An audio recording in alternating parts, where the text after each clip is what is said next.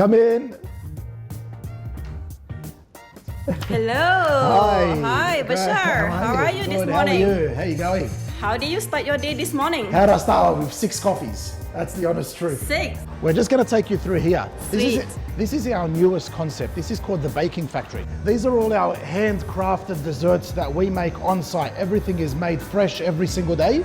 So our head chefs start at 2 a.m. Wow. and they finish around 12 p.m.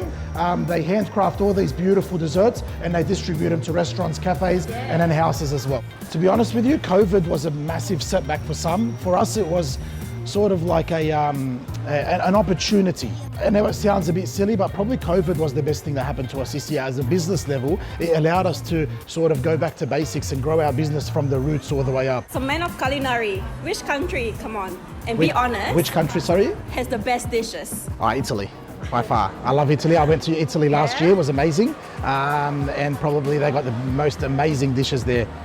So now we're at 1822. So 1822 represents two things. So I was 18 when I opened my first restaurant and I was 22 when I opened my first cafe, okay? Hence the name 1822. So it's a cafe by day and a restaurant by night. Bashar, who inspires you and why?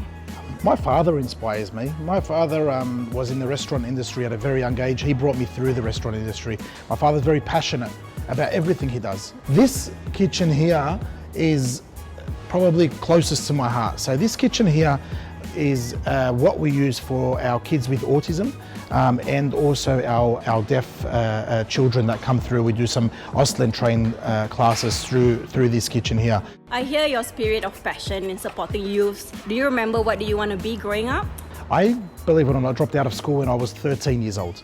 I left school and I've always wanted to open my own restaurant. So I actually used to work at the fish and chip shop. I did my hospitality courses at a young age and my brother took me through the ranks. He used to own a restaurant in Marrickville and I worked through the system there. All right, well, What more questions? Maybe 5, 6 more. All right, don't tell me what they are now because I'll just answer them. So back to the entrance, into the library. All right. All right, so we're going to take a seat back down here. All right. This is a nice and cozy spot. In your business model, you offered free meals to those who were in need during the pandemic. So what made you want to give back to the community? We've always did our best to give back to the community, so in every single way possible. It's nice to give back to the community the best ways possible. And what advice would you give young persons who are interested in your culinary career? Look, I left school when I was 13 years old, so do what you feel is best for you. And last question, Bashar. What advice would you give your younger self right now? My younger self, doing what was necessary at the time was best for me. Dropping out of school, I felt that was the best at the time. So staying true to yourself. Staying true to yourself is probably the best way to put it, yes.